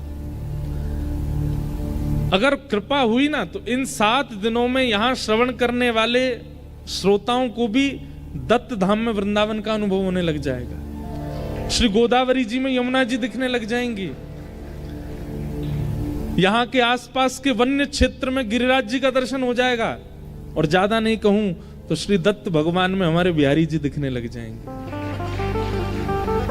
अगर वृंदावन पूर्ण रूपेण आपके चित्त में वायु से, प्रकाश से, वाणी से प्रविष्ट हो गया तो आप जहां बैठे हो वहीं वृंदावन प्रकट होने लग जाएगा। वृंदावन अचल कोई स्थान नहीं है, सचल है वृंदावन। और इस बात का प्रमाण व्यास मिश्र जी की पत्नी तारा मैया, श्री हितरवंश महाप्रभु की माता जी, उनको वृंदावन का अनुभव होने लगा। और इसका प्रमाण आप कहेंगे कि इतनी प्राचीन कथा सुना रहे हो महाराज जी, अब किसी को नहीं हुआ होगा। अरे अभी कुछ वर्षों पूर्व इस भारत भूमि को सौभाग्य प्राप्त हुआ राधा बाबा महाराज, जो कि गोरखपुर में विराजते थे। गीता प्रेस की स्थापना करने वाले पूज्य श्री भाई जी और श्री राधा बाबा महाराज दोनों एक दूसरे के संग विराजते थे गोरखपुर में। तो जिन श्री राधा बाबा महाराज की हम चर्चा कर रहे हैं वे कभी वृंदावन आए ही नहीं महाराज जी, कभी वृंदावन नहीं गए। लेकिन वृंदावन की एक एक वस्तु का वर्णन उन्होंने अपनी ग्रंथों में किया। वृंदावन की रज की महिमा, वृंदावन की यमुना जी की महिमा, ब्रजवासियों की महिमा, वृंदावन के दर्शन की महिमा, वृंदावन के मौसम की महिमा, गिरिराज जी की महिमा, परिक्रमा की महिमा, वृक्षों की महिमा, कुंज निकुंजों की महिमा। अरे कहां तक कहें, वे गोरखपुर में बैठे बैठे पूरे वृंदावन का नक्शा बना देते थे और कहते थे यहां पे ये मंदिर है, यहां पे ऐसा है, यहां पे ऐसा। कभी वृंदावन नहीं आए। किसी ने उनसे कहा बाबा आप वृंदावन क्यों नहीं जाते? बोले मैं अगर वृंदावन गए हो तो वापस नहीं आ पाऊंगा, इसलिए वृंदावन गए ही नहीं। वृंदावन सचल है, अचल नहीं है। और वृंदावन कोई स्थान नहीं है, वृंदावन कोई गांव नहीं है, वृंदावन कोई भूमि नहीं है। श्री राधा कृष्ण दोनों का प्रेम हृदय ही श्री वृंदावन है, वो विचरण करता रहता है। अनेक कथाओं का, अनेक अनुष्ठानों का अनेक फल होता है। आप गायत्री अनुष्ठान करेंगे उसका फल अलग है, भागवत कथा सुनेंगे उसका फल अलग है, यहां रह करके आप पुरुषण करेंगे उसका फल अलग है, लेकिन 7 दिन तक वृंदावन रस चर्चा का केवल एक ही फल है, चित्त में प्रेम का उद्दीपन होना, प्रेम प्रकट होना, क्योंकि वृंदावन केवल प्रेम देता है और कुछ नहीं। तारा मैया को उस प्रेम का अनुभव हो रहा था, मानो जैसे रोम रोम कहता हो, चलो वृंदावन, चलो वृंदावन, चलो वृंदावन। और कुछ महीने हुए थे गर्भ में बालक को कि तारा मैया अब व्यास मिश्र जी से कहती हैं कि मुझे वृंदावन ले चलो, मुझे वृंदावन ले चलो। उस काल में इतनी व्यवस्थाएं तो थी नहीं। तो एक दिन व्यास मिश्र जी ने योजना बनाई और जो बादशाह जिसके यहाँ व्यास मिश्र जी सब अपनी क्रियाएं करते थे, उसको जाके कहा हमें कुछ दिन का अवकाश दीजिए, पत्नी को लेकर वृंदावन जाना है। तो बादशाह ने कहा हमको आगरा जाना एक जरूरी काम से, आपकी अगर इच्छा हो तो हमारे संग ही निकल चलिए, आपकी पत्नी सगर्भा भी हैं, उनकी उचित व्यवस्था कर देंगे, बढ़िया लोग उनको पालकी में लेके चलेंगे, 2-4 सखियां दासियां भी ले लेंगे तो उनको पीड़ा नहीं होगी। और इस प्रकार श्री व्यास मिश्र जी और तारा मैया पहली बार वृंदावन आए। जैसे ही वृंदावन में प्रवेश किया तो तारा मैया की स्थिति ऐसी है, गर्भ में बालक है, पहले कभी आई नहीं है, लेकिन जैसे ही वृंदावन में प्रवेश करती हैं तो व्यास मिश्र जी को कह रही हैं आगे एक चौक आएगा और वहां चौक से दाहिनी ओर जब देखेंगे ना, बाएं ओर जब देखेंगे ना तो वहां एक तोता बैठा होगा, आप उससे बोलेंगे राधा, तो वो राधा उच्चारण करेगा। व्यास मिश्र जी भी आश्चर्य में, ये सब इनको पता कैसे है? क्योंकि गर्भ में जो बालक है वो साक्षात वृंदावन के प्रकट करता श्री हितरवंश महाप्रभु, वो वंशी के अवतार हैं, ठाकुर जी की वंशी ही आई है। वो जैसे जैसे पहले से बताने लग जाती हैं, यमुना जी का वर्ण कैसा है, यमुना जी की वायु कैसी है, यमुना जी की सुगंधी कैसी, पहले से ही बता देती हैं। वृंदावन में निवास किया, वृंदावन में, तब वृंदावन में मंदिर नहीं थे, तब वृंदावन में ज्यादा स्थान नहीं थे भ्रमण के, वृंदावन सघन वन हुआ करता था और उस सघन वन में बड़े बड़े संत महापुरुष ऋषिजन जाकर के केवल भजन करते थे, कुटिया बना करके, और उनकी भजन स्थली पर ही ठाकुर जी का कुछ ना कुछ अनुभव हो जाता था। कभी पीताम्बरी दिख जाती थी, कभी कोई नूपुर मिल जाता था, कभी कोई कंठ की माला मिल जाती थी, कभी मोरपिच्छ मिल जाता था, ऐसे अनुभव होते थे बस वृंदावन में, और कुछ नहीं है। यमुना जी में स्नान करके शाम का समय हुआ तो व्यास मिश्र जी बोले तारा अब रात्रि का समय है, एकांत सघन वन है, यहां से हमें चलना चाहिए। तो वृंदावन से चलने की बात सुनते ही रोने लग गए कि मैं इसको छोड़ के कैसे जाऊं, यहां तो मेरे प्राण बसते हैं। मानो तारा मैया के मुख से मां नहीं बोलती हैं, उनके गर्भ में बैठे हुए हरिवंश बोलते हैं। लेकिन व्यवस्थाएं वहां थी नहीं कुछ भी रात में रुकने की, तो निकलना पड़ा। मानो ठाकुर जी ने विचार किया कि अगर ये आगरा पहुंच गए, वैसे तो आगरा तक ब्रज की सीमा मानी जाती है, लेकिन फिर भी विचार किया कि ये ब्रज से बाहर ना जाएं, अब ब्रज आए हैं तो ब्रज में ही इस बालक का जन्म हो। तो वृंदावन से थोड़ी दूरी पर मथुरा पार करने के बाद आगरा के मार्ग पर एक स्थान है बाद, जिसको बाद ग्राम कहते हैं, रिफाइनरी के, आज की रिफाइनरी के पास, उससे पहले बाद ग्राम। वहां पहुंचे तो इतनी प्रसव पीड़ा हुई कि तारा माँ ने कह दिया मैं आगे नहीं जा पाऊंगी, यहीं रुकी। और बाद ग्राम में ही रुक गए। वहीं ग्रामीण लोगों ने कहा कि आप बिल्कुल चिंता मत करो, यहीं रहिए, हम आपकी खूब सेवा करेंगे, खूब आनंद करेंगे, सब बढ़िया, आप हमको रस चर्चा सुनाते रहना। तो व्यास मिश्र जी थोड़ा प्रवचन सत्संग आदि करते थे, गांव के लोग सब वहां ध्यान रखते थे। और अंत के प्रसव काल के समय तारा माता जी और व्यास मिश्र जी बाद गांव में रहे। और फिर पावन तिथि आई वैशाख शुक्ल एकादशी, जो कि आज है। वैशाख शुक्ल एकादशी और वार था सोमवार। आज कौन सा वार है? सोमवार तो नहीं है, लेकिन बाकी तिथियां तो मिली गई। वैशाख शुक्ल एकादशी और वैशाख शुक्ल एकादशी की पावन तिथि पर श्री ब्रजमंडल के बाद ग्राम में तारा मैया की कोख से श्री राधा वल्लभ लाल जी को वृंदावन में विराजमान करने वाले श्री हितरवंश महाप्रभु का प्रादुर्भाव। बोलो हितरवंश महाप्रभु की जय। महाप्रभु जी का जन्म हुआ। आहा, पूरे ब्रजमंडल में ऐसी आनंद की उमंग हो गई, मानो पता नहीं कैसे गांव के लोगों को इतना उत्साह होने लगा, सब उत्सव मनाने लगे, सबको ऐसा उत्सव जैसा होने लगा जैसे ठाकुर जी के प्रादुर्भाव पर उत्सव हुआ, वैसा उत्सव होने लगा।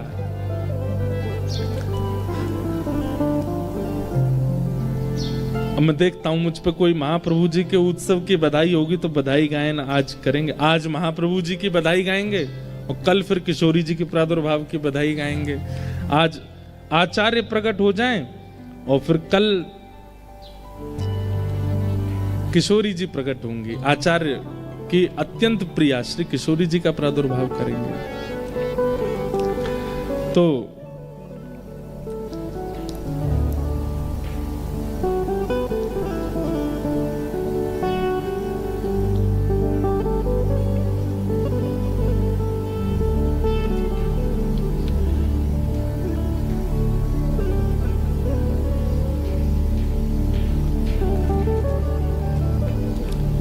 जीवो तारानंदन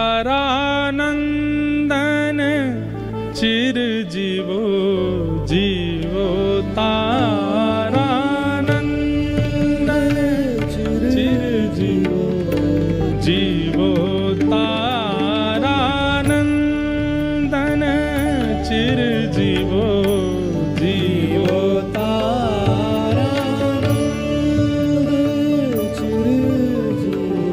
जीवो तारानंदन चिर जीवो, जीवो तारानंदन चिर जीवो। हित सो देत आशीष बधू जन, हित सो देत आशीष बधू जन। भरो परम आनंदन चिर जीवो, भरो परम आनंदन चिर जीवो। हमारा जी ये संयोग नहीं है तो क्या है? सूर्य नारायण आ रहे हैं सीधे मंच पर और ऐसा प्रकाश दे रहे हैं। हमारी किशोरी जी जो है ना, ठाकुर जी चंद्रवंशी हैं और किशोरी जी सूर्यवंशी। हमारी श्री लाडली जी का प्रादुर्भाव सूर्यवंश में हुआ है और लाडली जी को जिन्होंने सबसे ज्यादा भजा, उनका प्रादुर्भाव दिवस हम लोग मना रहे हैं आज दत्त धाम में। और जैसे ही पद पदावली का गायन हुआ है, सूर्य नारायण सीधे व्यास मंच पर आए हैं। मानो ये संयोग है। अब मैंने पहले ही कथा में कहा ना कि ठाकुर जी के संयोगों का अनुभव किया कीजिए कि किशोरी जी जिनके वंश में प्रगटी हैं, सूर्य वंश में, ऐसी किशोरी जी को भजने वाले महाप्रभु जी का जब यहाँ बधाई गायन हो रहा है तो सूर्य नारायण मंच पर आ रहे हैं। बधाई हो, बधाई हो। ऐसी रूखी बधाई नहीं लेते हम, जोर की बोलो बधाई हो, बधाई हो, बधाई हो। अब तो रोज बधाई होगी, आज भी बधाई, कल भी बधाई, 7 दिन तक केवल बधाई होती रहेगी। जीवो तारानंदन चिर जीवो जीवो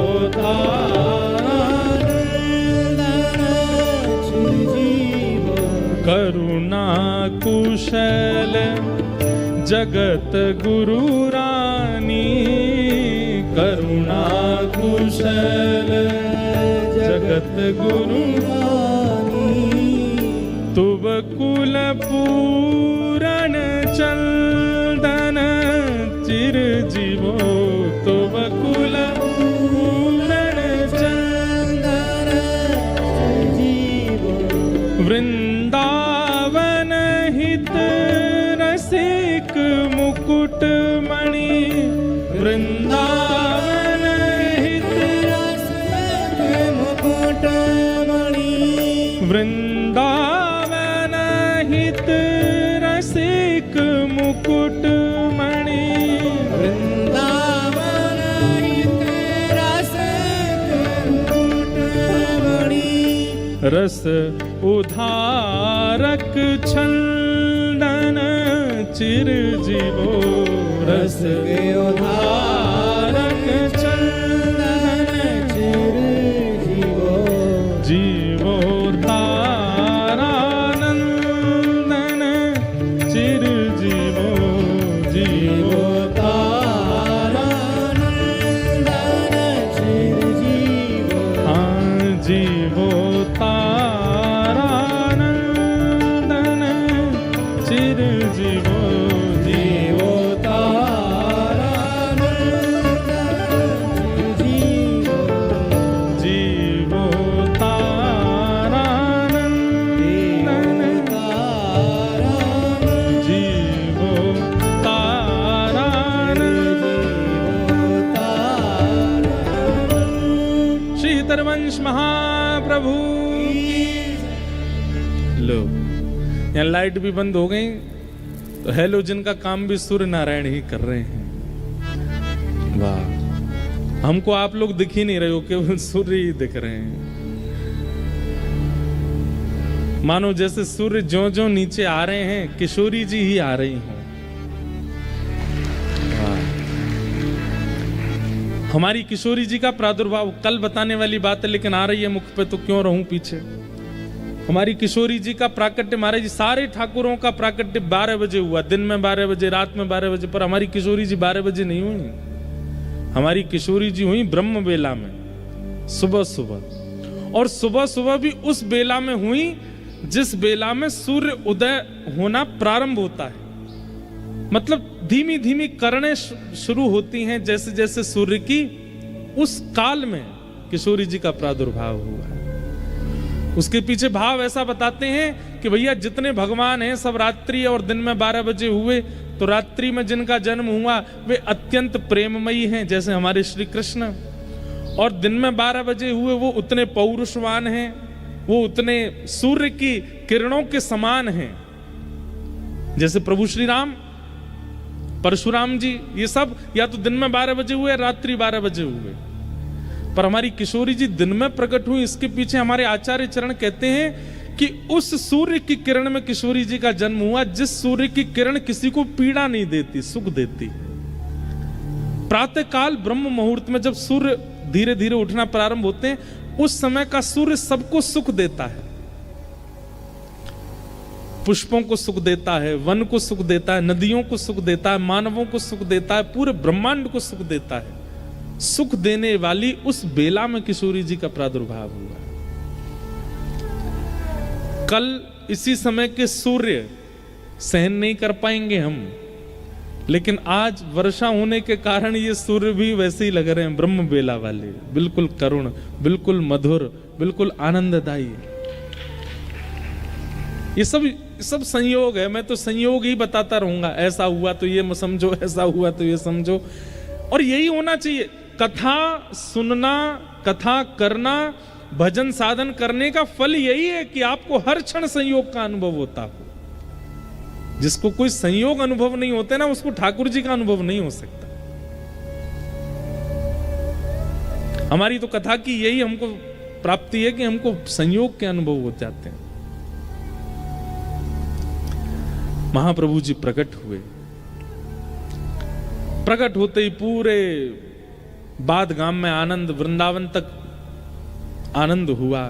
सबने आ करके बधाई गाई, चिरजीवो तारानंदन कह करके आनंद कराए। ऐसे महाप्रभु जी प्रकटे।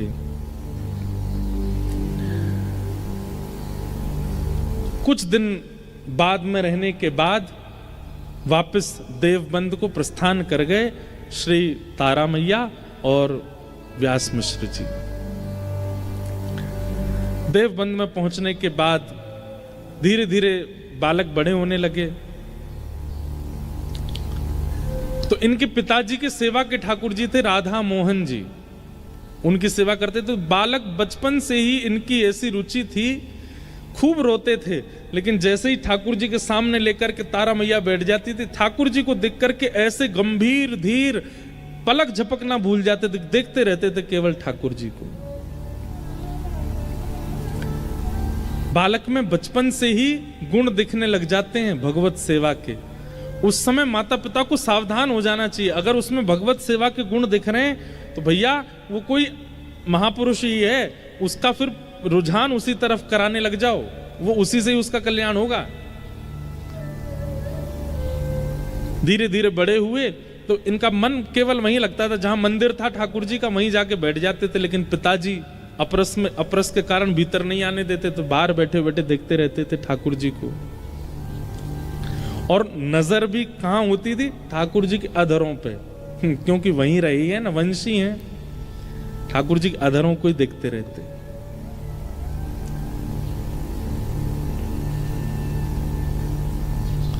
धीमे धीमे बड़े होने लगे। अपने पिताजी से कहते, पिताजी मुझे सेवा दो, अभी तुम छोटे हो, अभी तुम सेवा नहीं कर पाओगे, तुम देखा करो बाहर खड़े होकर के। लेकिन ये तो भैया अपने पिताजी को भी सिखा सकते हैं, इतनी सेवा आती है इनको पूर्व जन्म से ही। तो पिताजी सेवा नहीं करने देते थे, तो आप क्या करते? हार आपके जो सखा मंडली थी, उन सखाओं में से एक गोरे सखा को ढूंढते और एक सांवले सखा को ढूंढते। और गोरे सखा को तो लहंगा, फरिया, चुनरी, बिंदी, काजल ये सब पहना देते थे। और जो साम सखा होता था, इनका सांवला सखा होता था गांव का, उसको पीतांबरी पहना देते, मोर पिछ धारण करा देते, उसके केशों को गूंथ करके बढ़िया, मतलब बालकों का श्रृंगार कर देते। और उन बालकों की फिर आरती करते, वन से सेव आदि तोड़ करके लाते, उनको प्रसाद पवाते, उनके चरण धो धो करके पीते। अपनी सेवा घर में नहीं मिलती तो बाहर के बालकों को ही सजा देते। अब वो बालक अपने घर जाते तो बेचारा जो श्याम वर्ण का था उसकी तो कोई नौबत नहीं आती थी, लेकिन जो गोरा सखा जिसको किशोरी जी बना देते थे, वो जब अपने घर जाता तो घर वाले कहते, अरे ये तू लाली बना क्यों घूमता है? बोले मैं नहीं बनता, वो हरिवंश बालक है, वो बना देता मुझको लाली। तो घर के माता पिता सब आते और व्यास मिश्र जी से आके कहते, बोले अपने लाला को समझाओ, हमारे लाला को लाली बना देता है वो। व्यास मिश्र जी कहते, बालक हरिवंश तुम इसको लाली क्यों बना देते हो? बोले लाली नहीं, मैं इनको किशोरी जी बना देता हूं। उसके देखिए ना नाक कितनी सुंदर है, उसकी आंख कितनी सुंदर है, उसके अंग की कांति कितनी सुंदर है, और जब किशोरी जी बन जाता कितना सुंदर लगता है। अब तो ये स्थिति हो गई कि गांव के लोगों ने अपने बालकों को हरिवंश बालक के साथ खेलना मना कर दिया। बोले श्रृंगार कर देता है, ये पूजता है, आरती करता है, ये सब क्या करता है? कैसे ऐसे कोई खेल होता है?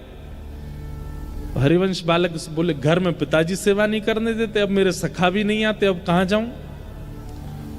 तो महाराज जी आप वन में भ्रमण करते और दो वृक्ष जो आसपास होते, उन दोनों वृक्षों का श्रृंगार करते। एक वृक्ष किशोरी जी, एक वृक्ष ठाकुर जी, और उनका श्रृंगार करके वहां सेवा करते।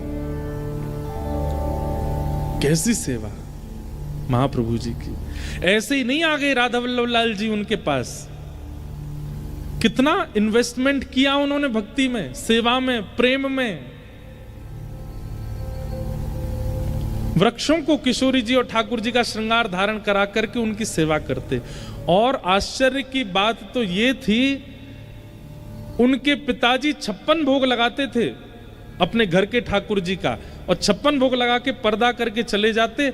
लेकिन हरिवंश बालक अब बाहर 56 भोग तो बना नहीं सकते, तो फल तोड़ के लाते, अच्छे अच्छे अंगूर तोड़ के लाते, बेर तोड़ के लाते, सेब तोड़ के लाते, आम तोड़ के लाते, जो फल उपलब्ध होता उसको तोड़ के अमनिया करके उन वृक्षों को ही जिनको किशोरी जी और ठाकुर जी बनाया उनके सामने रख देते, और फिर कहते ठाकुर जी वन में तो यही है, भोग लगाओ। उनका प्रसाद ऐसे स्वीकार होता था कि घर में पिताजी 56 भोग लगा के पर्दा करके जाते, और वापस आके जैसे ही पर्दा खोलते तो घर के ठाकुर जी का 56 भोग अंतर्ध्यान हो जाता। बाहर जो हरिवंश बालक ने फलों का भोग लगाया वो घर के ठाकुर जी को पहुंच जाता अपने आप, बिना कुछ किए। इनके पिताजी सोचते मैंने तो पूरी सब्जी का भोग लगाया था, ये फल कहां से आ गए।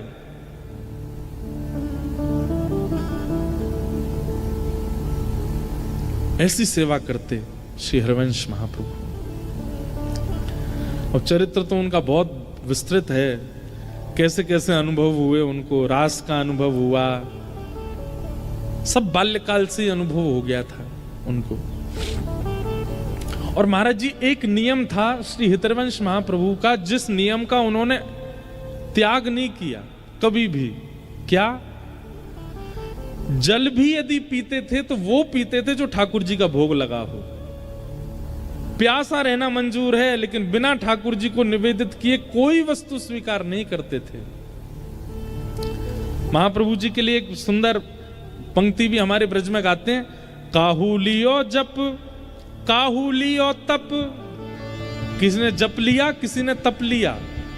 काहू लियो जप काहू लियो तप, काहू महाव्रत साध लियो है।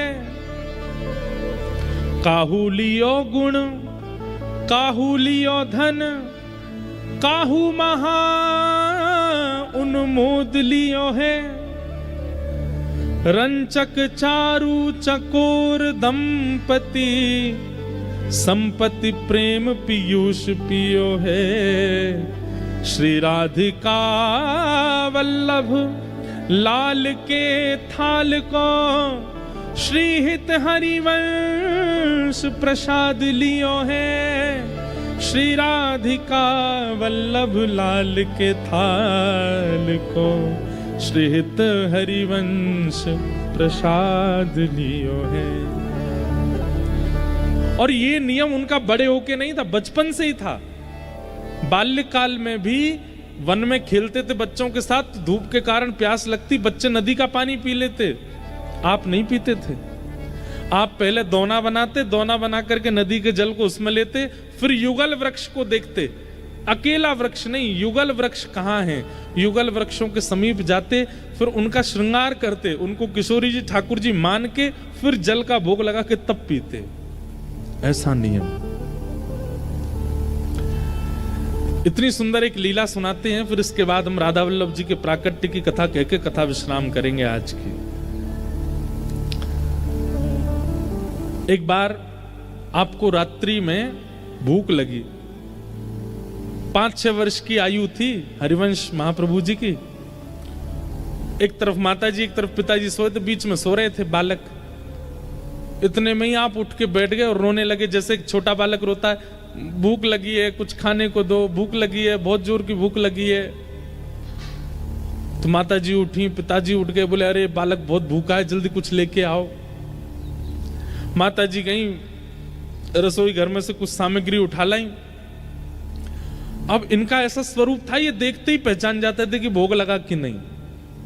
महाराज जी एक बात हमने अनुभव की है कि जिनका प्रसाद लेने का नियम होता है ना, उनको बिना प्रसाद अगर आप पवा देंगे कुछ, उनको पता चल जाएगा कि ये प्रसाद का नहीं है। बालक रो रहे हो है और बहुत जोर को भूखो है, प्यासो है, और वो आपको और मेरो अधरामृति ग्रहण करे, चरणामृति लेवे, वाके अलावा कछु लेवे ना है। माता पिता हम दोनों उनको भोग लगावे में संकोच कर रहे हैं रात्रि को समय, लेकिन बालक रो रो है। किशोरी जी बोली हाँ रो तो रहे हो, अब एक काम करो, जल्दी आप ही ऐसी कोई योजना बनाओ कि चरणामृत और अधरामृत, अधर को प्रसाद दोनों व्यवस्थित कर दो ताकि बालक को मिल जाए। तो सेवा के ठाकुर जी, इतने इतने से ठाकुर जी, उठ के बैठ गए और उठ के बैठे और बैठ करके अपने शेष सैया से उतरे।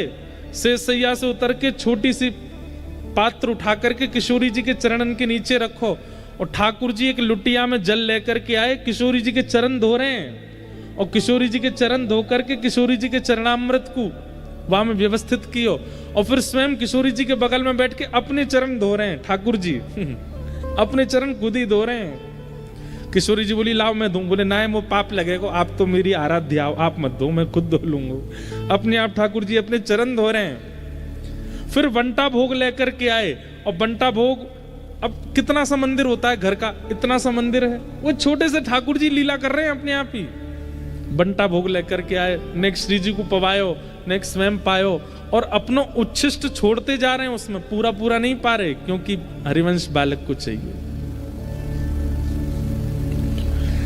भोग प्रसादी सब सिद्ध करके व्यवस्थित करके रख दई और दोनों सेज पे पौड़ गए, चदरिया ओढ़ के सो गए।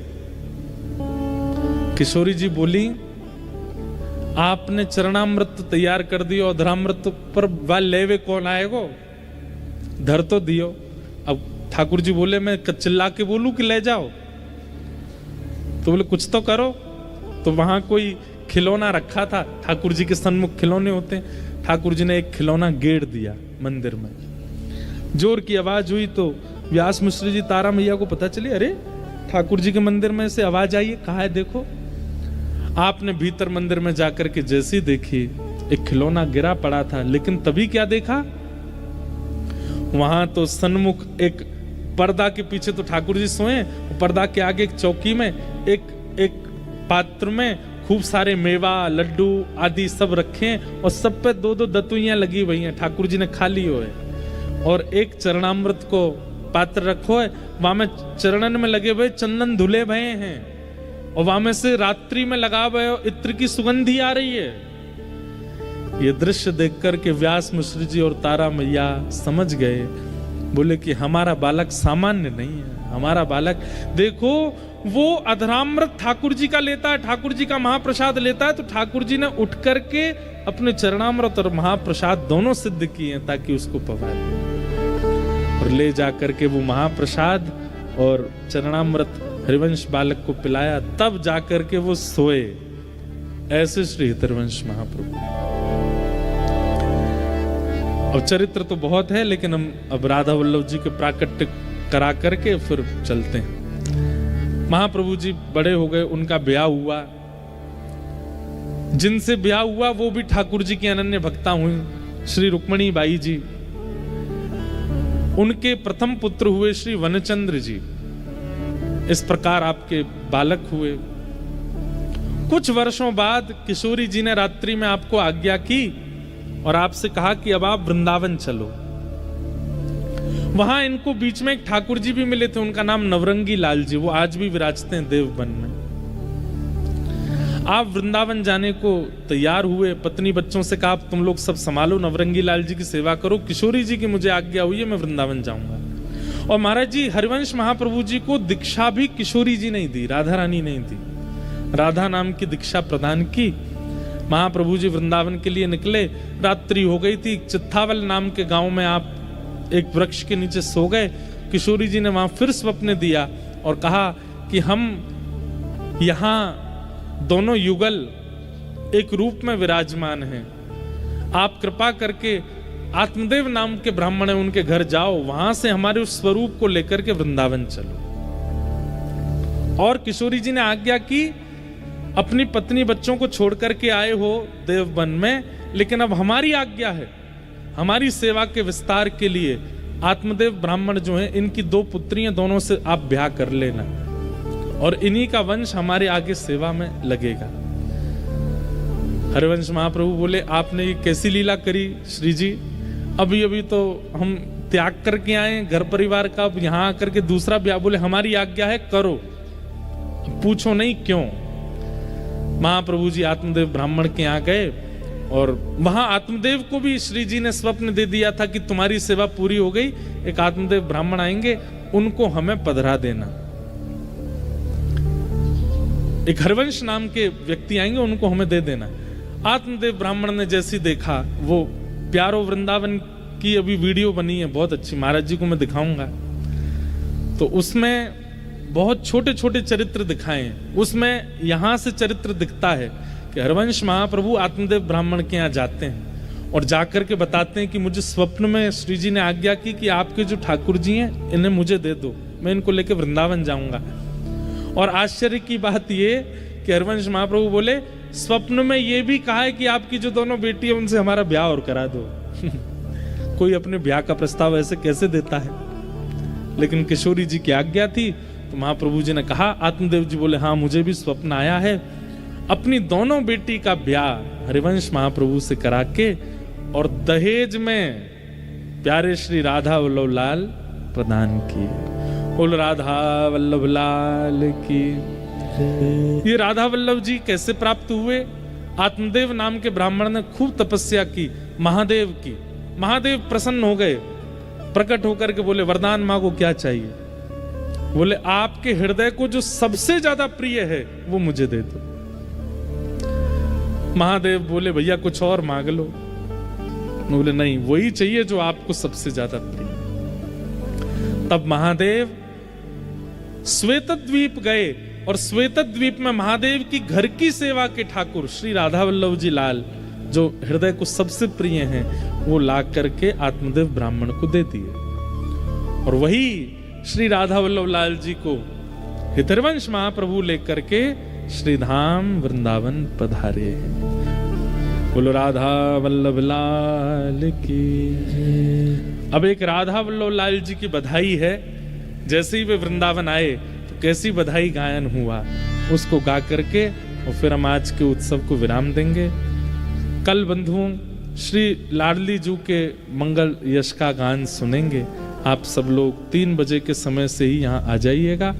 6 बजे तक कथा रहेगी और फिर परसों से क्या रूपरेखा है वो हम कल कथा में बताएंगे। हो आए राधा वल्लभ लाल, आए राधा वल्लभ लाल, हो आए राधा वल्लभ लाल, आए राधा वल्लभ लाल। बधाई बाज रही, बधाई बाज रही, बधाई बाज रही, बधाई बाज रही। ओ आए राधा वल्लभ लाल, आए राधा वल्लभ लाल, ओ आए राधा वल्लभ लाल, आए राधा वल्लभ लाल। हाँ बधाई बाज रही, बधाई बाज रही, ओ बधाई बाज रही, बधाई बाज रही। ओ श्री जी ने इन्हें वचन सुनायो, श्री जी ने इन्हें वचन सुनायो, श्री जी ने इन्हें वचन सुनाए, श्री जी ने इन्हें वचन सुनायो। ओ श्री हरिवंश जी लेकर आए, श्री हरिवंश जी लेकर आए, हाँ श्री हरिवंश जी लेकर आए, श्री हरिवंश जी लेकर आए। ओ छवि आनंद रूप रसाल, छवि आनंद रूप रसाल, ओ छवि आनंद रूप रसाल, छवि आनंद रूप रसाल। बधाई बाज रही, बधाई बाज रही, बधाई बाज रही, बधाई बाज रही। ओ आए राधा वल्लभ लाल, आए राधा वल्लभ लाल, ओ आए राधा वल्लभ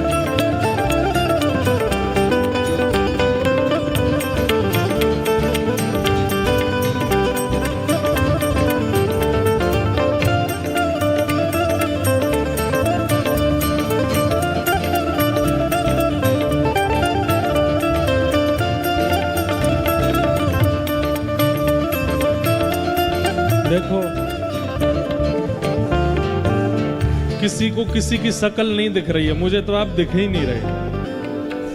ऐसे में शर्म काय को करनी है, खड़े हो जाओ, बढ़िया नृत्य करो। प्यारे राधा वल्लभ लाल जी प्रकट हो रहे हैं। आज पावन एकादशी का दिन हितरवंश महाप्रभु का जन्मोत्सव है। बढ़िया भाव से उत्सव मनाते हुए गाओ।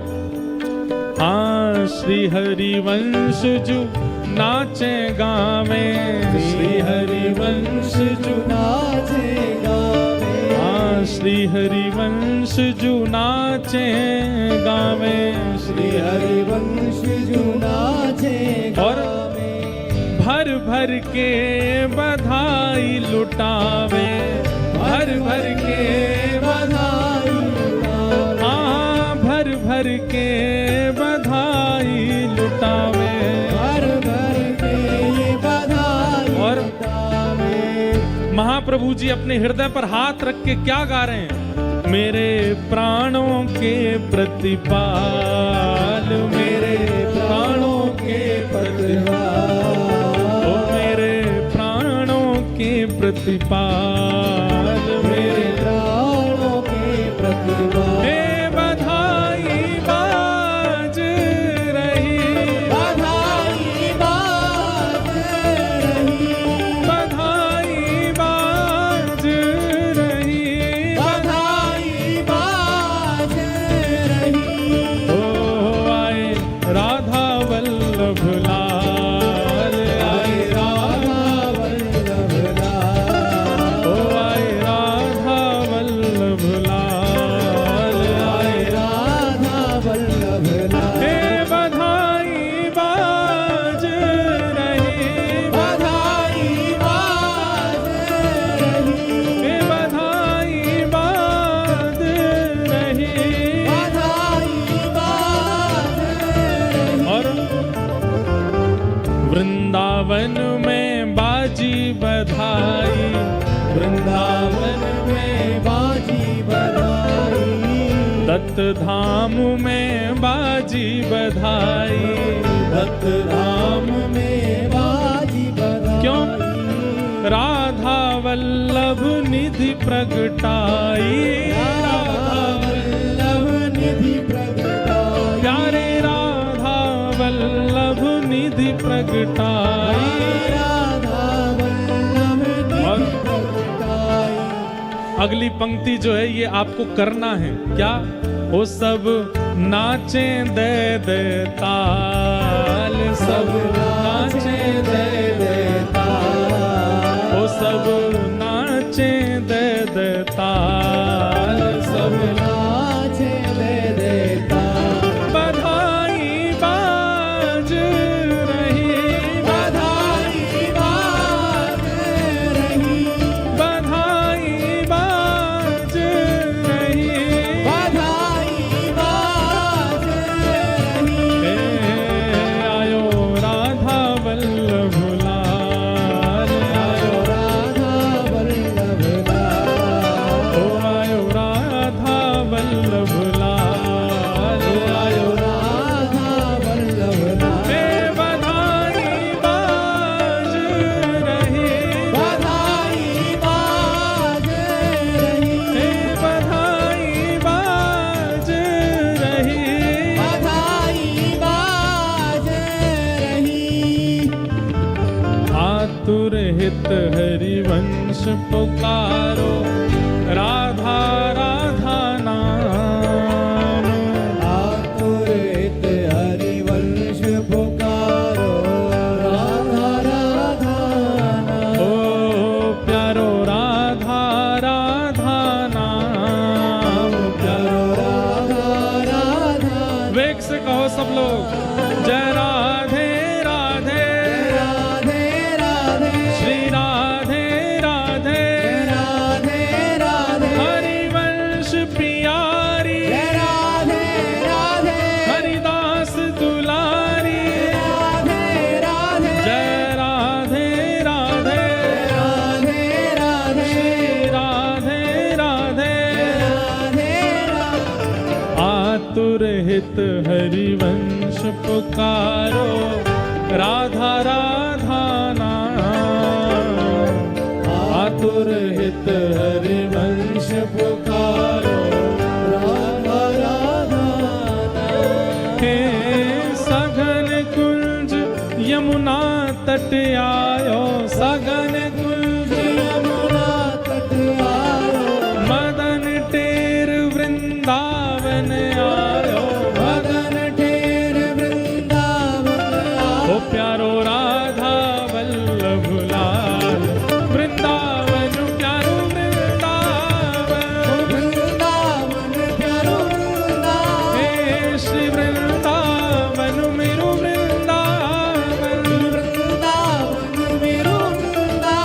सघन कुंज यमुना तट आयो, सघन कुंज यमुना तट आयो, प्यारो राधा वल्लभ लाल, वृंदावन मेरो वृंदावन, वृंदावन मेरो वृंदावन, हे श्री वृंदावन प्यारो वृंदावन, वृंदावन प्यारो वृंदावन, जय जय राधा वल्लभ प्यारो हरिवंश, जय राधा वल्लभ प्यारो हरि, जय जय राधा वल्लभ हित हरिवंश, जय राधा वल्लभ हरि, जय जय श्री वृंदावन श्री वन चंद, जय श्री वृंदावन श्री वरचंद्र, जय जय श्री वृंदावन श्री वन चंद, जय श्री वृंदावन श्री वरचंद्र, ओ जय जय राधा वल्लभ प्यारो हरिवंश, जय राधा वल्लभ प्यारो हरिवंश, जय जय राधा वल्लभ प्यारो हरिवंश, जय राधा वल्लभ प्यारो हरिवंश, जय जय राधा वल्लभ मेरो हरिवंश, जय राधा वल्लभ मेरो हरिवंश, जय जय राधा वल्लभ प्यारो हरिवंश, जय राधा वल्लभ प्यारो हरिवंश, जय जय राधा वल्लभ हित हरिवंश, जय राधा वल्लभ हरिवंश, जय जय राधा वल्लभ प्यारो हरिवंश। जय राधा वल्लभ प्यारो हरिवंश। और दत्त धाम और गोमती तट विराजे अवधूत नाथ, दत्त धाम और गोमती तट विराजे अवधूत। ये पिछले वर्ष जब मास कथा हुई थी तब एक पंक्ति गिरधर लाल जी ने यहाँ के लिए लिखी थी।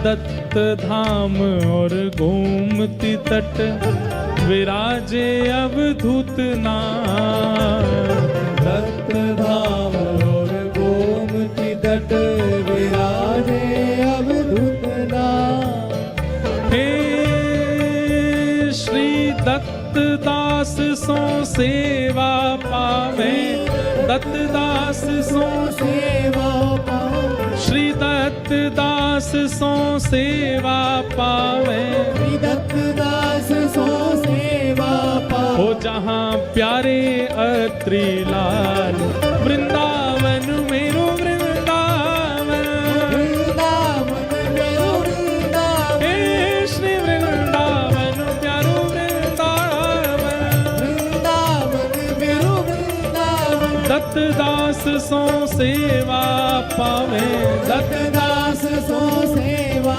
पाओ। हो जहाँ प्यारे अत्रि लाल, वृंदावन मेरो वृंदावन, वृंदावन मेरो वृंदावन, हे श्री वृंदावन मेरो वृंदावन, वृंदावन मेरो वृंदावन। जय राधे राधे, राधे राधे, जय राधे राधे, राधे राधे, श्री राधे राधे, राधे राधे, जय राधे राधे, राधे राधे, श्री राधे राधे, राधे राधे, जय राधे राधे, राधे राधे, जय राधे राधे, राधे राधे, श्री राधे राधे, राधे राधे, जय राधे राधे, राधे राधे, राधे राधे, राधे राधे, जय जय श्री राम, राधे, जय जय श्री राम, जय जय श्री राम। बोलो वृंदावन बिहारी लाल की, श्री राधा रमण लाल की, श्री राधा वल्लभ लाल की, अवधूत चिंतन श्री गुरुदेव दत्त। नमः पार्वती पतये हर महादेव। आप सब लोगों को बहुत बहुत जय श्री कृष्ण, जय सिया राम, जय श्री राम, जय श्रीमन नारायण। जय श्री राम। प्यारे गिरधर लाल जी के दर्शन सुबह 11 से 12 हुआ करेंगे उनके कक्ष में। आप सब लोग वहीं दर्शन कर लिया करना और बाकी की रूपरेखा महाराज जी जैसी आज्ञा करेंगे कल हम और आप सबको अवगत करा देंगे। कल कथा का समय 3 बजे से आप सब लोग समय का ध्यान रख करके आइएगा। श्री किशोरी जी का कल मंगल प्रादुर्भाव उत्सव हम लोग मनाएंगे, प्राकट्य उत्सव मनाएंगे, और इसी प्रकार ब्रज वृंदावन की रस चर्चाओं में इन 7 दिनों को व्यवस्थित करेंगे। जय श्री कृष्ण। जय श्री